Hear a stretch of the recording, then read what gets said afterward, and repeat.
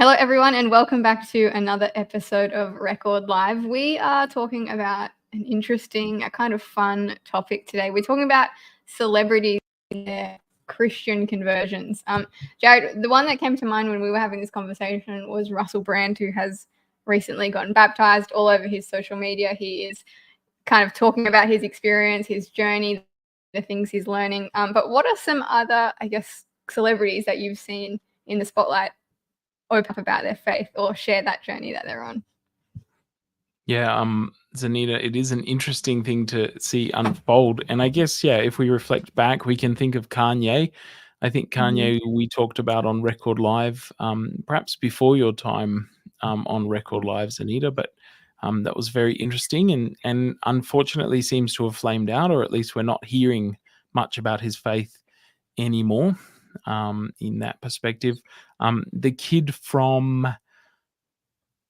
Two and a Half Men actually became a Seventh-day Adventist and sort of gave up acting in that show because he felt that the values weren't great that the show was pushing.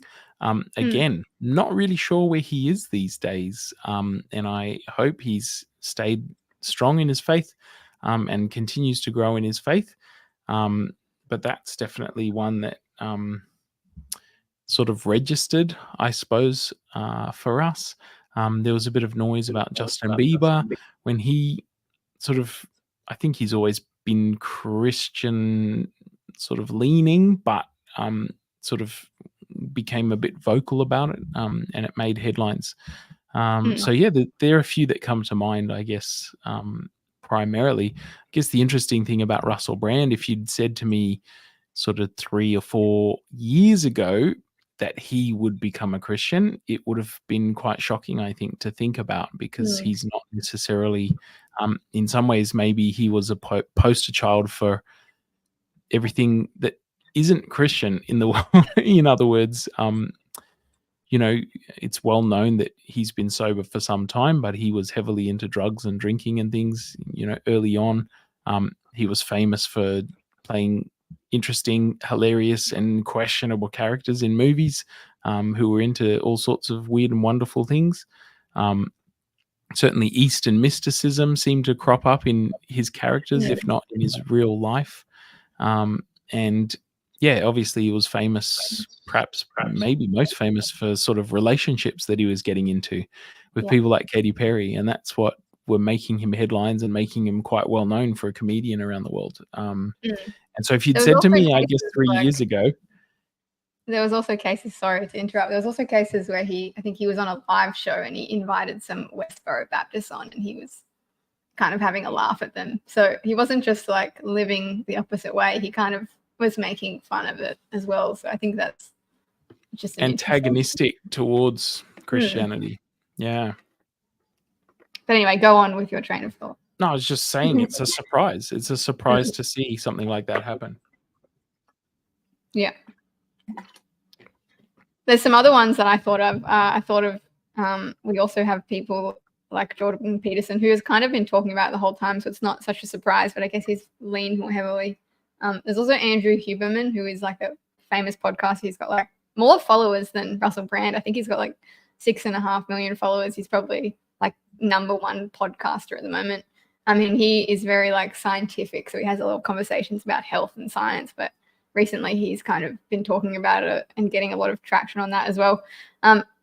Jim Carrey is another one that comes to mind. Shia LaBeouf is another one that comes to mind. Like, there's quite a few, but when we think about celebrities in general and we think about the celebrities that speak about their faith, the pool is still quite small, I suppose. And I guess the question that comes to mind, or that some of our watchers, listeners might be asking, is who cares? Like, why are we talking about this? Can you give us some perspective? Zanita, you and I have had conversations about maybe this as a potential discussion topic today. We thought there was some interest in it in terms of faith and learnings, but why should we talk about some of these people who get talked about enough already? What's the perspective that we can bring, or what would we like to explore today? I think there's a few things. So for starters, I think some people, not everyone, certainly not everyone, but some people it really affects them a lot when they see someone who they look up to, or they see one of these big celebs talk about their faith, whether they're a Christian or whether they're not a Christian. For some people, it's like we feel like we have a relationship with these people because we see so much of their lives, even though we have never spoken to them and we really have no relationship with them. For some of us, it can have quite a hold and quite a big influence. So I think that's like an interesting point.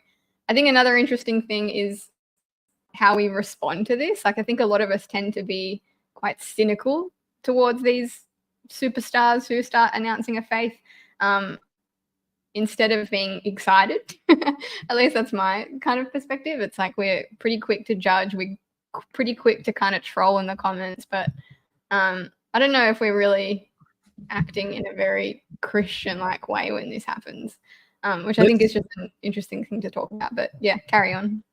Yeah, let's unpack that a little bit, because I think it speaks to the root of who we might be as Christians. Why do you think there's a reaction of cynicism when someone comes out as Christian, when someone makes a big proclamation, or when they're famous, they're celebrities? One of the reactions is definitely cynicism.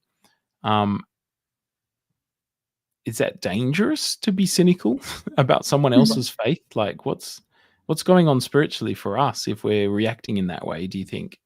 I think it's good to be like cautious and to kind of sit back and watch. Like, I think it's, I was looking in the comments of some of the videos that Russell posted, and some of them are like, let's see how long he lasts. And other people are saying it's a Russell rebrand. So like sometimes when celebrities are kind of in a low period of their stardom, they do a rebrand to attract more attention. So people are saying this Christian thing is a Russell rebrand. But I think, like, sure, we can be cynical, and I think it's kind of good to not get too involved, too excited, to kind of change our life based on it. But I think it's a bit of a missed opportunity to get excited, because, like, if we look in the Bible at all the people who did come to Christ, like, there's people with insane stories, like with crazy testimonies. And we look at those stories in the Bible and we're like, wow, like, look what God has done. And we get excited about that. But when it's someone in real life who has had like sex history, like all these other addictions, and is famous, we're just sus on them. And so I think it's, yeah, like I said, it's just a missed opportunity to get excited and to kind of like cheer someone on, because as people who can comment on this, like, we have the ability to write things that you will potentially read. Like, I think it's kind of our duty to like speak into that and to like try and steer it in the right direction, rather than be like, you're faking this, or it's a rebrand kind of thing. But that's my thoughts. What do you think? Well, I think perhaps we've been burnt by the other extreme, which is, and Adventists are classically guilty of this. It's whenever anyone is associated at all with an Adventist, we become obsessed with that idea. Almost like, I remember we had to write a story about the myth that was going around that the Pope's brother was an Adventist. Usain Bolt has connections to Adventism, so we hype that up. Barack Obama had people in Kenya who he was connected to, his grandmother or something who was an Adventist. And so we really sort of overwork those stories and become super excited and fascinated by the connections that potentially this person is connected to us in some way, and we get almost drawn in by the cult of celebrity. And so, it's sort of the flip side of that cynicism. Sometimes we're cynical because we've been burnt before. We've seen these people come in, make a big splash, and then sort of flame out, go back to their old ways, or do the wrong thing, or, associate the church with something dodgy. Even, I guess the celebrity pastor sort of cynicism around that, these big celebrity pastors who everyone follows, everyone buys their books, everyone watches their sermons, and then you see them involved in some scandal. And I guess we become protective of, in a way, it's protective of the church and even God's reputation. Oh, that person shouldn't, we don't want them to almost become a Christian or convert, because if they fall, if they fail, there's going to be a scandal, there's going to be a PR disaster for Christianity and the church and whatnot. And I think potentially that doesn't give God enough credit. God's big enough to look after his own reputation, and if he wants to work in someone's life, it's not for us to judge that person's journey. You know, take care of the plank in your own eye before you look at the speck in someone else's. So that's talking about, I guess, amazing testimonies in the Bible. I think of the eunuch, the Ethiopian eunuch, and how, you know, the disciple just appeared out of nowhere, you know, and then read the scriptures. And then, you know, when he went back, do you think he just kept his faith to himself, or was he quite influential and started sharing? And, you know, we don't know the sort of end of that story, but I think it's an amazing sort of example. The other person that had an amazing testimony is Paul. You mentioned, I think, the Apostle Paul, and Russell actually has a clip on Paul. I'm wondering if we can watch it. Let's play it. We're kind of new to this thing, but let's give it a go.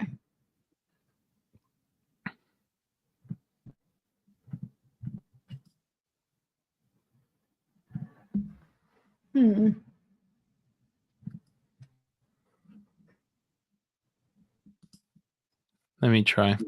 Yeah, you.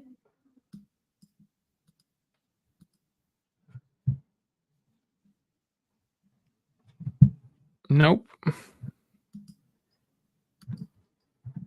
Well, it worked when we tested it before the show, but it's not working now. Well, we can basically, I can kind of summarize what Russell is saying in this video, and it's like on his Instagram. So he's speaking in a podcast, and he's talking about how he's been really excited reading about Paul's journey, and he's been really excited reading about Acts. And it's cool. Like, as I was watching it, I was like, oh, this is awesome. Like, I feel really kind of encouraged to go back and read some of these stories myself. And he's kind of saying in the video, like, oh, I just want to be like Paul. Like, he's giving me so much to think about, and it's just so exciting. And like, that's what I want to be. I want to be with Paul, like changing the world for Jesus. And I think what he says is awesome. I think it's really cool to see the kind of the things that he's, I guess, realized from reading the Bible. But I guess it was interesting reading the comments, because there was people kind of saying in the comments like, well, you shouldn't want to be like Paul, you should want to be like Jesus. And there's people saying like, you know, you've lost the plot, Russell. And then there's other people who were saying, I think someone in there was like, oh, Russ, like I used to watch your content when I was into New Age practices, and now I've also given my life to Jesus. So like, there's also some really cool comments in there saying like, oh, I've also been on this journey, like into similar things, and I've found your videos really like helpful and encouraging. So I don't know, I guess like on that note, like how should we be responding to these things? Because I think one thing kind of you were mentioning before, how we tend to be cynical and skeptical, and we don't want Russell to lead people astray. When I look through at his videos and I look through the comments, I'm quite embarrassed by how like Christians show up in them. Like, I don't think that they're portraying it well, and I'm kind of like, oh, don't worry about Russell, but you should probably worry about these other folks in the comments, because they're talking smack. But I don't know, like what do you think about all that? How should we kind of show up in that space? Well, first of all, that clip about Paul, like, I didn't realize, as you mentioned, that he'd actually gotten Christians on and sort of mocked them. In a sense, he's not cutting off heads and burning people at the stake, but he was persecuting Christianity in some ways. So it is interesting to see that sort of that resonance with the story of Paul. Perhaps he recognizes in himself some tendencies like Paul had, because he was reflecting on, oh, Paul's just a guy whose life was changed, you know, by the gospel, and maybe he reflects and resonates with that. I guess in terms of how can we react, I think one interesting idea that's just come to me in this conversation, are we praying for Russell Brand? Like, when he converts, instead of reacting with cynicism and skepticism, do we pray for him? Do we pray for people in the comments? Do we actually make it our ministry to like look through the comments and actually pray for that person, pray for the next person, you know, the skeptic, the person who's angry, the person who's Christian and angry, the person who's we're all on a journey. I think praying for that person, maybe God's supernatural power will work in their lives, or maybe He'll just work in our lives and make us less judgmental and less cynical and less skeptical. I think there's a real opportunity for prayer when people, thousands, potentially millions of people, have the opportunity to be influenced, or at least to hear about the gospel. So it doesn't mean we have to share everything that He says or believe everything that He says and follow His every word, but we can sort of be encouraging. We can lean into the conversations that He's starting. He's asking a lot of questions. He's very open about the fact that He's on a journey and is still learning. We could learn maybe something from that. How to invite conversation, how to engage with people who aren't of our faith and our background, because He's got people from all sorts of backgrounds commenting and weighing into the conversation.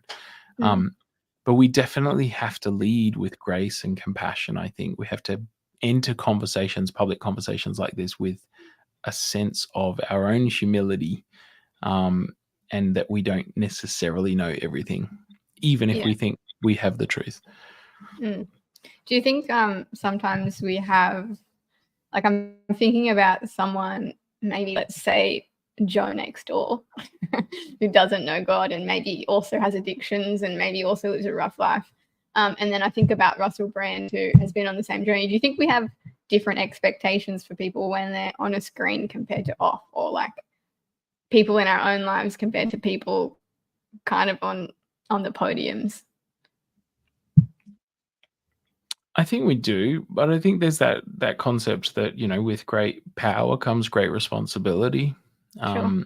I think the Bible frames it slightly differently, but in a similar vein. To whom much has been given, much is expected. I think it's a natural human tendency to expect a lot from our celebrities, our heroes, sports people. They have a responsibility to steward their platform well, but so do we as just normal people, next door, people. I think, one thing I was encouraged by at the Olympics, there were a lot of famous sports people, or people who did really well. Perhaps they weren't famous before the Olympics, but the Olympics gave them a platform, and they used that platform to proclaim the name of Jesus. They use that platform to talk about God. And I wonder, we talked on this show a few weeks ago. We had a conversation about, should Christians boycott the Olympics? We had a fun sort of debate in that area. And it's just interesting to see. I don't think I've watched an Olympics where so much has been made, or maybe it's the availability of social media, seeing athletes from other countries. Maybe it's just more openness. I don't remember seeing an Olympics where so many people have spoken about their faith in God in the press conferences and the post-match interviews and all that sort of thing. And I don't know if it's the culture is slightly changing in that way, that more people who are getting to fame or getting to the top of their game are A, are they Christian? B, are they more likely to understand that they need to steward that platform well? Or is it a reaction even to some of the things that people were upset by in the opening ceremony that made them sit up and go, well, if the world is going to come at Christianity pretty crazily, maybe we need to be more intentional about using our platform for the good, using our platform to proclaim Jesus. And so that was encouraging, I think, for me to see. And so then the question, I guess, to get practical, how do we steward our platforms? How do we use the voice that we've been given? I've been born and raised in the Adventist church, right? That's not to say that my faith journey hasn't had ups and downs, that I haven't had doubts, had questions, that I've always been as faithful as I could have been or made the best decisions I could have made, right? So yeah, we've all, I think, resonated with that. We can all say, point to some part of our experience and go, that wasn't great, or I wandered away from church. I stopped going to church. I wasn't really connected, or I was just attending, but I wasn't feeling it. And God's done something in our lives. God's made an impact. He's changed us. He's been working on our character. We've all experienced that. If we're still in church, if we've stuck around, we've had a moment of testimony, of conversion, like Russell has experienced. Mm. The thing that I was telling you before, Zanita, that challenges me is, do I share my influence like Russell? Like, he's become a Christian, he's excited, and so he's almost doing a daily Bible study, a daily devotional thought. He reads something and he reflects on it, sort of stream of consciousness stuff, straight to all his followers, all his fans. I sometimes have a bit of fear of sharing stuff because I know I've got non-Christian people on my feed. I don't want to offend them. I don't want to have awkward conversations, but he's got a lot more to lose than I do. Right? Yeah, interesting. I work for the church. Many of my family and friends are in the church, so I'm not going to be ostracized or lose jobs or cancelled if I speak about Jesus. People will be like, oh, that's his job. Like, he does that, so it's all good. And yet I still have this maybe lack of certainty around what would I share? How would I share? What would I do? What value would it have? What would people think of me? And yet he's just out there. He's just doing it. He's just having a crack and he's stewarding his platform well. And that's my question to myself, my challenge to myself. Like, am I willing to jump in and do that? Or am I just sort of allowing my uncertainty and my fear of rejection to get in the way of me actually doing something? Yeah, you got to give it to him. Hey, he's got something like 4.5 million followers just on one platform. But I don't know. I wonder if certain people just have this gusto. Like, he's always shared all of his journey. And so, yeah, there's something about that. But I wonder if we can let's try play one of his videos one more time and see if it works. Profound experience, and many of you will have had your own experiences of baptism and will therefore know what I'm talking about. Many aspects of it were very intimate and personal. The truth is this: as a person that has in the past taken many substances and always been disappointed with their inability to deliver the kind of tranquility and peace and even transcendence that I always felt I've been looking for, something occurred in the process of baptism that was incredible, overwhelming, literally overwhelming, because I was obviously underwater and it was the River Thames at some points. So I felt changed, transitioned. Now, of course, even though it's been less than 24 hours, in the interim period, I've already felt like sort of irritation. I've got 3 children, I've got a job, I've got challenges, I still live in the world, but I feel as if some new resource within me has switched on. So many of your comments have been so beautiful and encouraging, and I really appreciate it. And also even the cynicism, I understand, because some people will just see me as a celebrity. I don't see me as a celebrity because I was me when I was a little boy. I was me when I was a junkie. I was me when I was poor. I've been me in all of the different phases.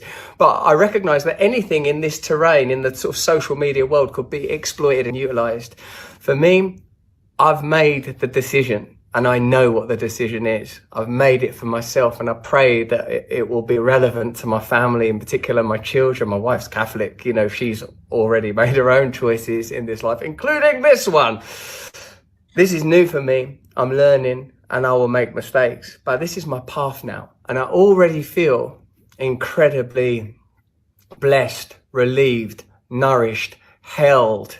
It's been an incredible experience. I wish I could tell you exactly about it because there were amazing individuals involved. Anyway, that's just a glimpse of his journey after his baptism. But I thought just something to touch on, Jared, that I thought was kind of funny. You mentioned before we pressed record that some of the comments have been saying things like, he even looks different and his eyes have changed color. Do you think there's anything to that? Or are there certain things, as people who are looking to his journey, are there certain things that we can be like, yeah, he's on the right track, or are there certain red flags that we should kind of keep in mind, whether it's Russell or anyone else? I don't know his eyes would change color. I think they're just clearer, like they're less. I think to me, when I watch some of his videos from before, he posted some things that he was talking about Christianity, but he hadn't been baptized and fully into that journey. Like, and one thing that stood out to me at least was he's always had a very distinctive way of communicating. He's quite hyperactive, and he's quite like, he talks really rapid fire, and he's very, crazy in a sense. He seemed a lot more mellow in his more recent videos, especially when he's talking about the Bible. He's talking a bit slower. He's doing, it just seems like he's found some peace, inner peace. I'll always remember, and this is clear to me when I visit Papua New Guinea. When I go up there, you can almost tell an Adventist from 10 paces, I like to tell people, because Adventist cleanliness, hygiene, and not chewing the betel nut, so they don't have the red teeth and the glazed eyes of like drug use, marijuana, or betel nut, or narcotics of other sorts. And like, so you see people, they look different. One testimony I heard a pastor once talk about was this particular old lady on the bus who just had a presence about her. She just seemed, spirit filled. And I guess that, not to read too much into people's body language, and Russell, maybe he has some crazy videos since, or some more hyperactive videos than his, Bible devotional ones. I haven't watched all of his content, so I couldn't comment on that. Even if people's behavior doesn't necessarily match up to what we think Christian standards are, like if he's snapped going to a nightclub or doing something, that we would say, oh, that's a bit, everyone's on a journey. Everyone, has moments where they fall short of God's glory. But that's what grace is for. Like, God works with us, and not everyone gets a snap your fingers overnight, no more problems, no more issues, no more addictions. Sometimes it takes time. And so I think there's something in the Bible saying, by their fruit you will know them.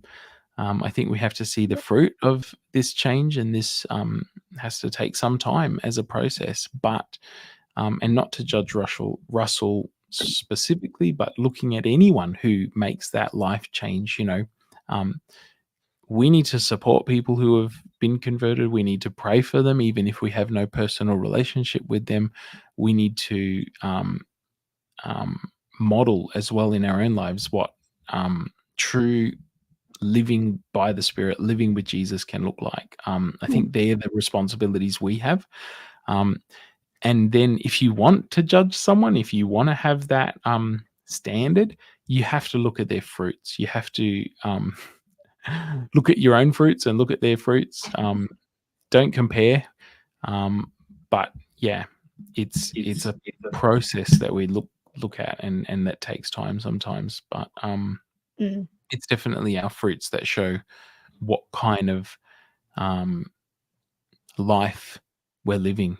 Are we kinder to people? Do we have compassion? Do we have more generosity of spirit? Like, what change has it made in our lives? Or is it just a sort of a rebranding, as you mentioned before? Is it just a facade change, fresh coat of paint, and we're a different color, I think Russell was even talking about that, the fruits of the spirits, just on his Instagram the other day. So you can hear more thoughts from him. But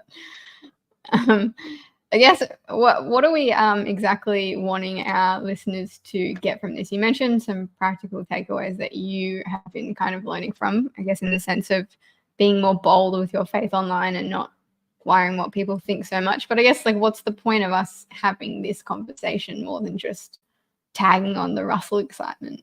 What are we wanting to encourage our listeners to do or think about? I think for me, it's always a show. This show, Record Live, is about our faith journey.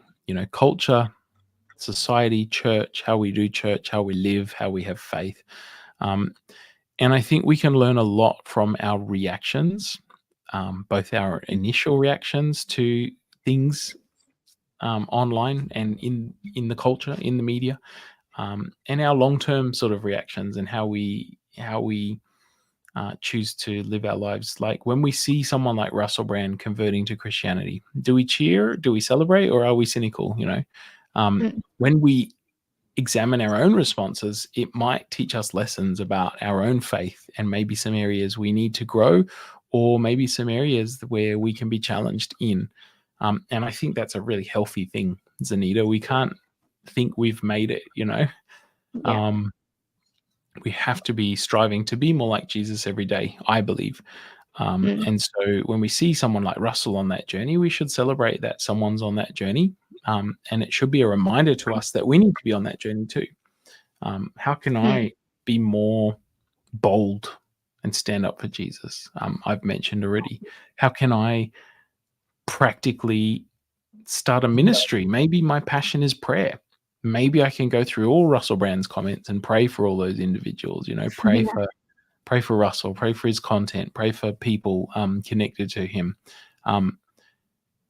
That could be something that gives someone purpose and meaning, and they may never find out what the fruit of that is. But I do believe that God will honor that. What about you, Zanita? Any thoughts? Yeah, a few. I want to piggyback off yours, but I think after reading the comments that people are leaving, it makes me want to be kind and to be encouraging to these people, because we think, oh, they've got 4.5 million followers and 100,000 comments, like they're not going to read mine, but they probably do like flick through them. And I kind of feel for some of them when I read the comments, because I'm like, oh, they've got one thing theologically incorrect and it's such a slight thing, but they're just getting slandered. And so I think something that we can do is be kind, be encouraging, and like you said, like pray for them, because the influence that they could have and the impact they could have is ginormous, like far more than my 1,000 followers on Instagram who know all the individuals personally. Like it's so I think let's get on that, and obviously be cautious. Let's not get too excited and bank our faith on theirs, but they're our brothers and sisters in Christ also, so let's get excited. And Zanita, let's pray for other celebrities and other public figures and government leaders, and because Jesus can change lives. He's still in the business of changing lives today. So how often do you pray for your local MP or for your favorite pop singer or actor or sports person? Do you know what I mean? Like God can work in Russell Brand's life. He can work in anyone's life. So maybe we should be praying for these people more. Next week on Record Live, I'll ask you what celebrity you've been praying for. Okay, well, I better do it now. I better stick to my guns, stick to my word. All right. It's been an interesting conversation. We've run out of time very quickly, but we thank you for joining us. And if you're watching this later, still feel free to comment and leave your thoughts. God bless you all. Have a good week, and we'll see you again next week on Record Live. See you, everyone.